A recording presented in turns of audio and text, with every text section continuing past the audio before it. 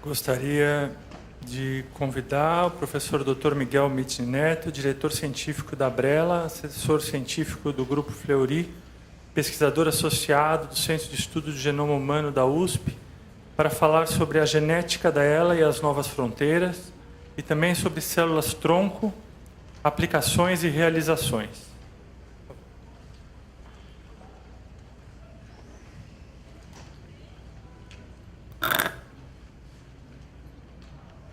Boa tarde a todos.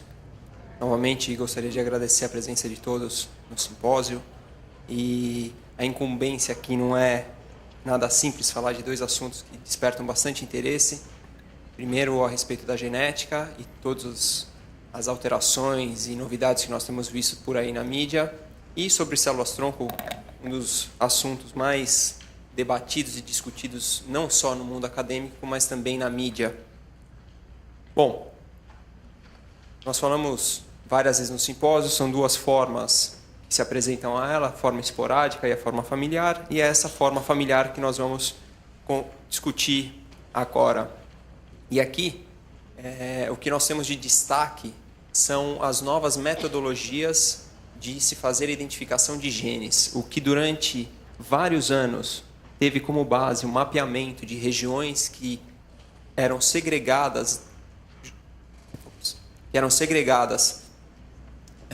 concomitantemente em pacientes de uma mesma família que teriam pedaços de genes alterados. Hoje, você consegue usar abordagens como sequenciamento de próxima geração, que são tecnologias que permitem sequenciar aí o genoma completo de um indivíduo, as nossas 3 bilhões de pares de base, em cerca de 1 semana a 10 dias. O problema aqui não é ler o DNA, e sim interpretá-lo. É como se eu desse um livro de 3 bilhões de palavras para vocês e falasse o seguinte: agora eu quero saber um resumo dele em 2 frases. Então, a tarefa de ler não é complicado, o problema é interpretar, analisar e interpretar o que nós estamos identificando ali naquela leitura. E aqui, um pequeno painel que tem crescido de maneira exponencial. O que até o início dessa década era limitado a aproximadamente 5 genes, hoje nós temos 26 identificados aqui, então só parte deles como responsáveis pela esclerose lateral amiotrófica nos casos familiares, ou seja, naqueles onde nós observamos uma transmissão da doença de uma geração para outra. Obviamente que não tem como falar de ELA familiar sem falar da superóxido dismutase, afinal de contas, ela foi a primeira forma a ser descrita e a superóxido dismutase foi a base para a maioria dos estudos que foram realizados até hoje. Se nós tivemos, como o Frederico apresentou, quase 700 clinical trials realizados só nessa década para a esclerose lateral amiotrófica, eu garanto que pelo menos 90% deles utilizaram nas suas bases iniciais, ou seja, nos seus estudos pré-clínicos, modelos com a superóxido dismutase. Então, as alterações da superóxido dismutase provocam agregados, elas levam ao estresse oxidativo, entretanto, o que se tem visto é que aqueles 20% que se diziam que eram responsáveis pela ELA familiar sendo alterações na superóxido dismutase, hoje não representam a maior parte da fisiopatologia da doença. Então, aqui, a ideia não é que nós erramos ao dar crédito à superóxido dismutase. Simplesmente, a superóxido dismutase ela provavelmente representa um tipo de patofisiologia que é aplicada a ela, é distinta das demais alterações que são encontradas e que têm sido descritas recentemente. E dentre elas, só terminando em relação à superóxido dismutase, algumas lições. Isso aqui eu estava pensando hoje, falei assim, nossa, a gente fala da superóxido dismutase e de 2 anos para cá ela tem caído em descrédito, mas na verdade não é cair em descrédito, mas a gente parar para pensar o que nós aprendemos com ela. Então a primeira coisa que nós aprendemos é o camundongo que superexpressa a doença ou que superexpressa a proteína alterada, ele não representa aquilo que nós encontramos, aquela situação que nós encontramos no humano. Os clinical trials que têm utilizado os resultados em camundongos não conseguiram ser traduzidos para os humanos. Mas isso aí é algo descartável? Não é. Não é porque as primeiras avaliações de tecnologias que nós temos ouvido falar há muito tempo, como a tecnologia de terapia gênica, ou seja, de inibição usando oligonucleotídeos específicos, tem tido como base o que nós vemos com a superóxido dismutase. Então, por exemplo, a Isis Pharmaceuticals é uma das empresas que apostou nisso e que conseguiu uma aprovação para realizar o primeiro clinical trial com terapia gênica em esclerose lateral amiotrófica. E qual que é a ideia aqui? A ideia é, se a superóxido dismutase ela conduz a uma alteração de metabolismo, ou seja, ela tem um ganho nessa função, se eu conseguir inibir a produção dessa proteína, eu consigo remover esse estado metabólico alterado. Então a ideia aqui é você atuar diretamente na produção do RNA alterado.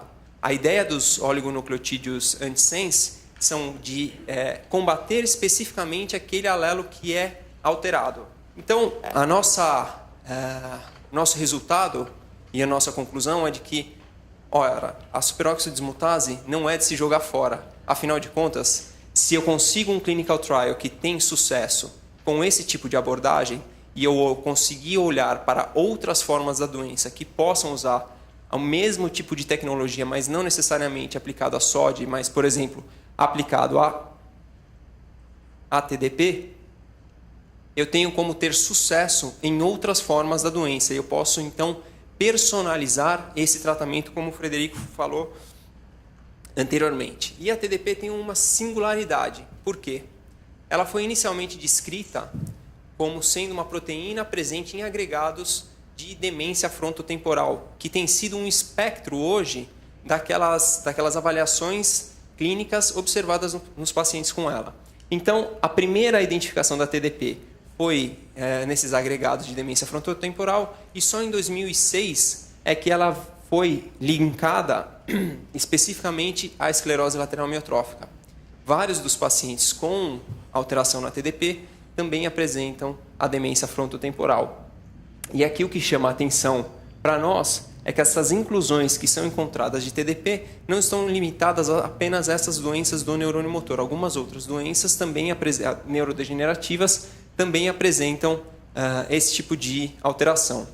E logo na sequência, aí começou-se a observar de uma outra maneira. Bom, se eu tenho proteínas que estão alteradas e que possuem alguns domínios específicos, então, se eu olhar para outras proteínas que tenham esses domínios conservados, eu também posso identificar possíveis causas da doença. E foi o que aconteceu quando se buscaram alterações no gene da FUS/TLS, que tinha sido inicialmente descrito como um gene relacionado a câncer, mas que hoje foi mostrado que ela também forma agregados citoplasmáticos no neurônio motor, porém as suas funções ainda não são muito bem caracterizadas, apesar de se saber que ela tem uma atuação muito semelhante com a TDP-43 no metabolismo de RNA.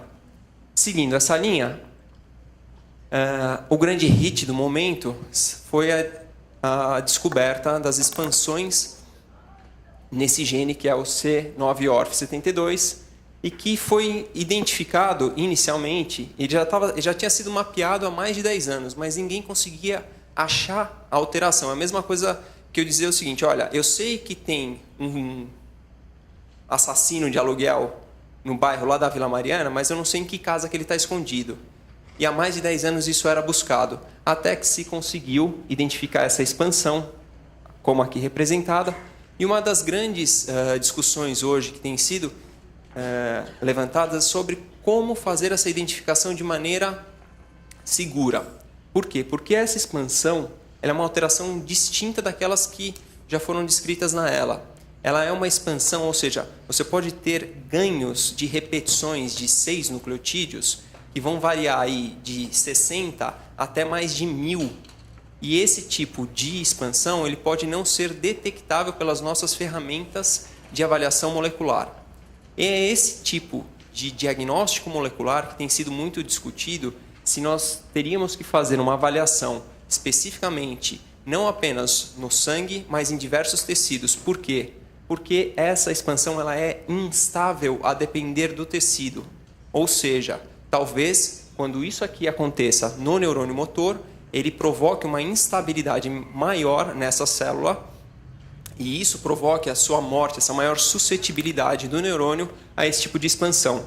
O que chama a atenção aqui é que a variação e o grande percentual, por exemplo, na Suécia e na Bélgica, de pacientes com ela familiar que tem alteração na C9orf72. Ou seja, nós estamos falando aqui de praticamente 86%, se somados aos casos de TDP-43, na Suécia você praticamente não teria só de um, você teria só essas outras formas. Uma abordagem que consiga trabalhar em cima dessa C9orf conseguiria combater a maior parte das formas familiares nesses países. No Brasil, nós ainda não temos uma estimativa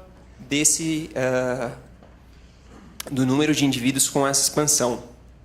Mas o que chama a atenção em termos de alterações moleculares é que, como outras formas da doença, ela também forma agregados, porém esses agregados eles são intranucleares. O transcrito mutante ele é preferencialmente produzido. Tá? Então, se nós olharmos aqui embaixo, eles têm dois tipos de transcrito, sendo um deles, nesse caso, teria a expansão, e é esse transcrito e é esse alelo que é preferencialmente transcrito.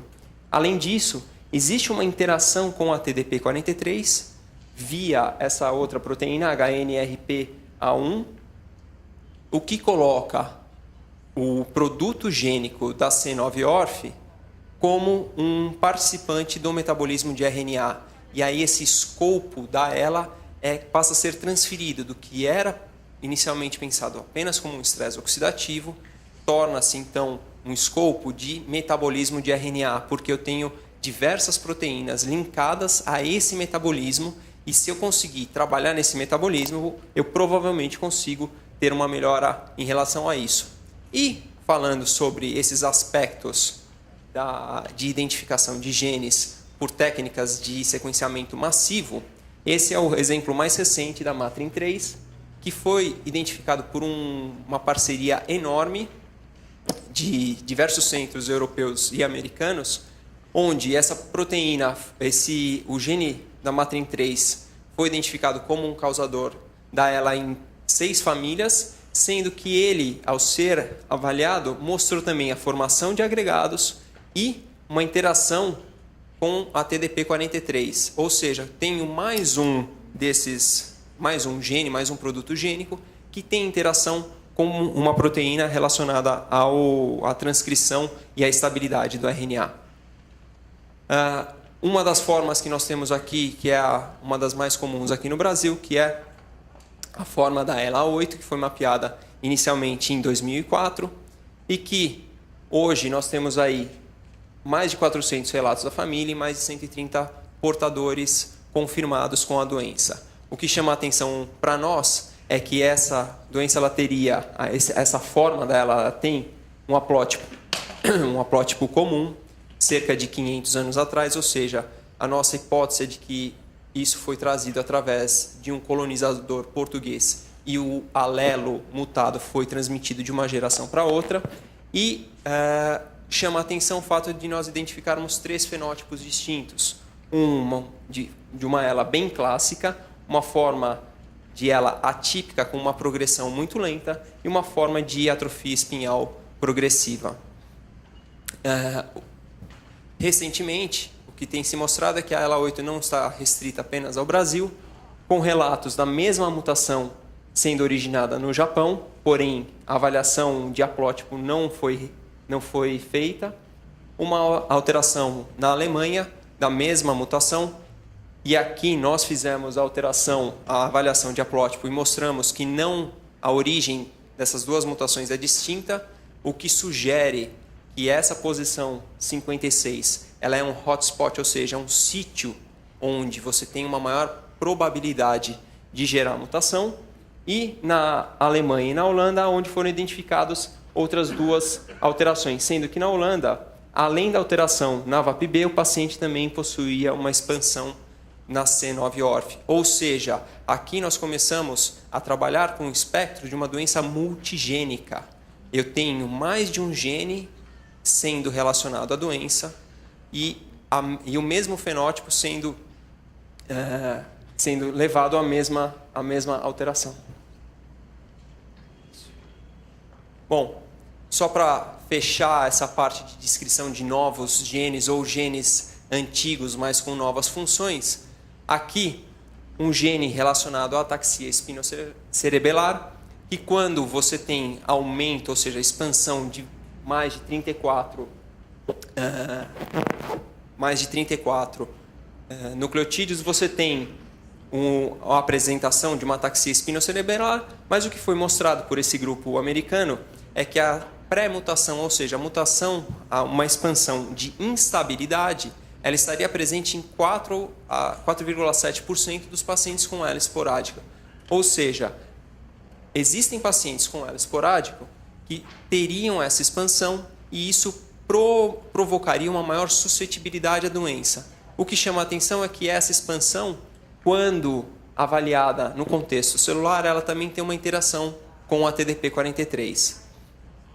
Bom, para resumir aqui o que a gente tem, se nós falarmos de processamento de RNA, nós temos 1, 2, 3, 4, 5, 6 proteínas relacionadas ao metabolismo de RNA e que tem todas elas relação com a TDP43. Em relação à sinalização e ao tráfego celular, nós temos outras 6 proteínas, o que levaria aos questionamentos a respeito do prolongamento dos axônios e a como você transporta as moléculas dos axônios dentro do neurônio motor como sendo um possível mecanismo para o disparo da doença, e a degradação proteica em relação ao processamento das proteínas que são mal formadas e a sua estabilidade como sendo um terceiro processo. Agora, se nós formos falar dos diversos genes que foram descritos e a sua função, esse gráfico acho que representa bastante, ele é bem representativo da situação que nós vivemos hoje. Ou seja, eu tenho uma síndrome com diversas apresentações clínicas, onde cada um dos genes aqui representados podem ser causadores, não só dessa síndrome, como de outras apresentações de neurodegeneração ou de degeneração específica de determinados tecidos. Vivemos uma era de revolução da questão de identificação de genes. E eu acredito que nos próximos 5 anos esse número tende só a crescer mais. Mas, novamente, o nosso grande desafio agora é como interpretar essa informação e como fazer com que essa informação seja bem entendida, não só para a comunidade científica, mas para o paciente que recebe essa informação. Pulando. Bom, vou pular aqui essa parte. Vamos pular agora para as células-tronco. Células-tronco, como eu falei inicialmente, elas passaram a ser um assunto bastante divulgado pela mídia por conta das promessas que foram feitas em cima desse tema. E aí a gente cai naquela questão, bom, eu não posso chegar aqui e dar um tiro no meu próprio pé porque eu trabalhei com célula-tronco e eu não vou virar e vou falar para vocês, olha, isso aqui não presta para nada, o que não é uma verdade. A verdade é que aquelas expectativas que foram colocadas foram projetadas de maneira talvez incerta. Entretanto, se nós olharmos para aquilo que era a terapia gênica 20 anos atrás, que foi, infelizmente, alguns ensaios clínicos impediram que se tivesse uma maior abordagem e o que levou a uma parada nos estudos de terapia gênica, mas nós vimos o ano passado o primeiro remédio a entrar no mercado tendo como base a própria terapia gênica. E é isso que nós tentamos conduzir com a célula-tronco, para que os estudos que sejam realizados com elas e as conclusões que sejam que tenham como base os estudos com célula-tronco sejam bem delineados e sejam bem caracterizados para que isso traga, sim, um benefício para o paciente no prazo de tempo mais curto possível. Bom, Existem, na verdade, três tipos de célula-tronco. Aqui eu apresento os dois primeiros e mais à frente eu apresento o terceiro.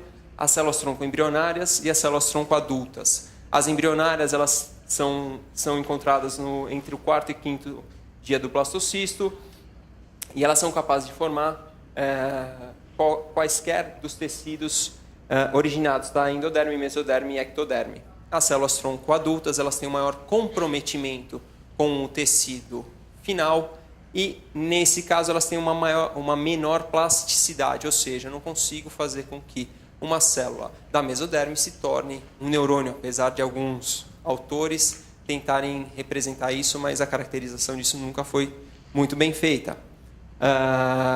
Indo direto ao assunto sobre estudos pré-clínicos e clínicos, a ideia em questão das células-tronco, nós temos sempre que pensar nisso num contexto. O neurônio não é uma célula isolada. O neurônio depende de um microambiente onde você tem oligodendrócitos, astrócitos, células da glia e capilares específicos que vão alimentar e vão manter esse neurônio com a sua vida, com o seu metabolismo correto. E a lógica inicial, quando se pensa num transplante de célula-tronco, é tentar estender a sobrevivência daqueles neurônios que estão presentes naquele local ainda. Ou seja, eu tento inibir a degeneração daqueles neurônios que estão, seja no cono anterior da medula, ou, se nós tentarmos aí algum tipo de injeção intracraniana, no córtex motor. Algumas das fontes que têm sido avaliadas em estudos pré-clínicos são células-tronco provenientes do cordão umbilical, células-tronco mesenquimais da medula óssea e células-tronco embrionárias. Bastante discutido tem sido o estudo da Brainstorm. Tá? Então, indo diretamente aí para o que é estudo clínico. A Brainstorm ela teve durante as avaliações pré-clínicas, ela se deu ao trabalho de caracterizar muito bem alguns tipos celulares que eram diferenciados a partir de células autólogas, a partir de células retiradas do próprio paciente. E a alteração do ambiente dessas células em cultura fez com que eles encontrassem um tipo celular que era capaz de produzir fatores de neuroproteção, o que traria, então, nos estudos pré-clínicos, um aumento da sobrevida daqueles neurônios que eram mantidos nesse ambiente. O que chama a atenção é que eles conseguiram um aval para começar os seus trials clínicos. Eles avaliaram inicialmente 12 indivíduos, viram uma melhora na respiração, na deglutição e na força muscular. Esse trial teve uma aprovação para a fase 2, onde eles vão trabalhar com uma escala dose dependente, e a aprovação de um estudo multicêntrico não só em Israel, mas também nos Estados Unidos. Esse trial número 2 ainda não tem previsão para ter os seus resultados liberados, porém o que se espera é que esse aumento na dose possa exacerbar ou não o efeito das células que foram injetadas. Tem que ser chamada a atenção que tanto o estudo da Brainstorm quanto o estudo da Neurostem são estudos, são pesquisas. Isso não é um tratamento sendo oferecido. Não é de forma alguma algo que qualquer paciente possa ir lá e comprar o seu remédio, que possa comprar o seu tratamento. Isso aqui é um estudo. Para que esse estudo tenha conclusão, ele tem que passar por todos os parâmetros que o Isaac apresentou. Ele precisa que os pacientes sejam elegíveis para o estudo, ele precisa que os pacientes estejam comprometidos, ele precisa de avaliação para verificar se esse estudo tem efeito ou não. No caso da Neurostem, esse foi o primeiro trial aprovado pelo FDA. Ele usa células-tronco neurais, e nesse caso aqui, como nos Estados Unidos o aborto em alguns estados é permitido, eles removeram células-tronco do cordão nervoso de fetos abortados, expandiram isso in vitro e eles têm utilizado esse tipo de célula para a injeção dos pacientes. Até o momento foram 18 pacientes testados, sendo que os 12 primeiros foram publicados nessa edição da revista Stem Cells, com resultados apenas de segurança. A primeira fase desse trial verificou apenas a segurança do procedimento. E o procedimento ele tem como destaque o uso dessa plataforma patenteada. E qual que é a diferença aqui? Se nós estamos tentando verificar um tipo celular que possa manter o ambiente do neurônio motor vivo, ele tem que ter, essa célula ela tem que chegar até o local específico. Então, o sistema que eles têm é um sistema de estabilização da coluna e de injeção com distribuição das células por toda a extensão da medula. São 4 locais que eles da coluna que eles decidiram testar, mas o diferencial aqui não é apenas o uso da célula, é porque esse tipo de plataforma ele pode ser utilizado para a dosagem, para que sejam distribuídos diversos medicamentos. Ou seja, eu posso não ter vantagem com a célula-tronco, mas eu consigo ter avaliado uma plataforma que possa distribuir talvez um dos medicamentos que o Frederico falou há pouco, se ele precisar ser levado diretamente para o neurônio motor. Bom, em relação ao que foi avaliado, eles viram um maior efeito das células quando o paciente está no início do desenvolvimento. A fase 2 vai ter início agora em 2014. E conversando com o Dr. Jonathan Glass, que é um dos diretores da NeuroStem, ele me falou que realmente os estudos que estão previstos para o México não foram iniciados ainda e que não tem previsão nenhuma, eles não têm nenhuma discussão lá dentro a respeito de aplicação desse estudo aqui no Brasil. A terceira forma de célula-tronco, o terceiro tipo de célula-tronco, ele foi um motivo para a laureação do Sir John Gurdon e do Shinya Yamanaka em 2012 com o Prêmio Nobel, porque eles mostraram que uma célula num estágio totalmente diferenciado é capaz de ser conduzida a um estágio de célula-tronco embrionária. E como que isso acontece? A ideia aqui é que, usando 4 fatores específicos, essa célula passe a ter o potencial de uma célula-tronco embrionária e com essa célula-tronco embrionária em mãos, eu consigo obter quaisquer das células do corpo. E aí a gente passa a modelar a doença especificamente in vitro. Alguns dos estudos com esse tipo de abordagem já identificaram moléculas como o LY294002 como um inibidor da morte celular, o ácido anacárdico e aqui eu chamo a atenção para esse tipo de abordagem. Utilizando esse sistema de reprogramação celular para que eu consiga ter um neurônio motor proveniente do paciente que tenha a mutação na C9orf72, eles observaram que os RNAs formados com expansão formam estruturas de quadruplex e essas estruturas desestabilizam o metabolismo de RNA. Como é que eles fazem isso? Eles vão interagir com proteínas que mantêm a molécula de RNA estável e isso provoca a formação de agregados que são observados na célula. Para corrigir isso, eles usaram a mesma tecnologia de oligonucleotídeo antisense que eu comentei aí na superóxido dismutase, eles utilizaram aqui. Só que eles conseguem fazer isso especificamente apenas para o transcrito que tem a mutação. Ou seja, ao corrigir esse problema direto na sua raiz, eu consigo com que a célula tenha um desenvolvimento normal e que se mantenha um metabolismo de RNA que é programado para a célula. E aí a gente vê que alguns dos estudos que têm sido discutidos se tiveram um efeito ou não, na verdade, a conclusão final ela pode não ter sido a mais assertiva, mas a metodologia que foi desenvolvida ela tem muito uso para outras abordagens.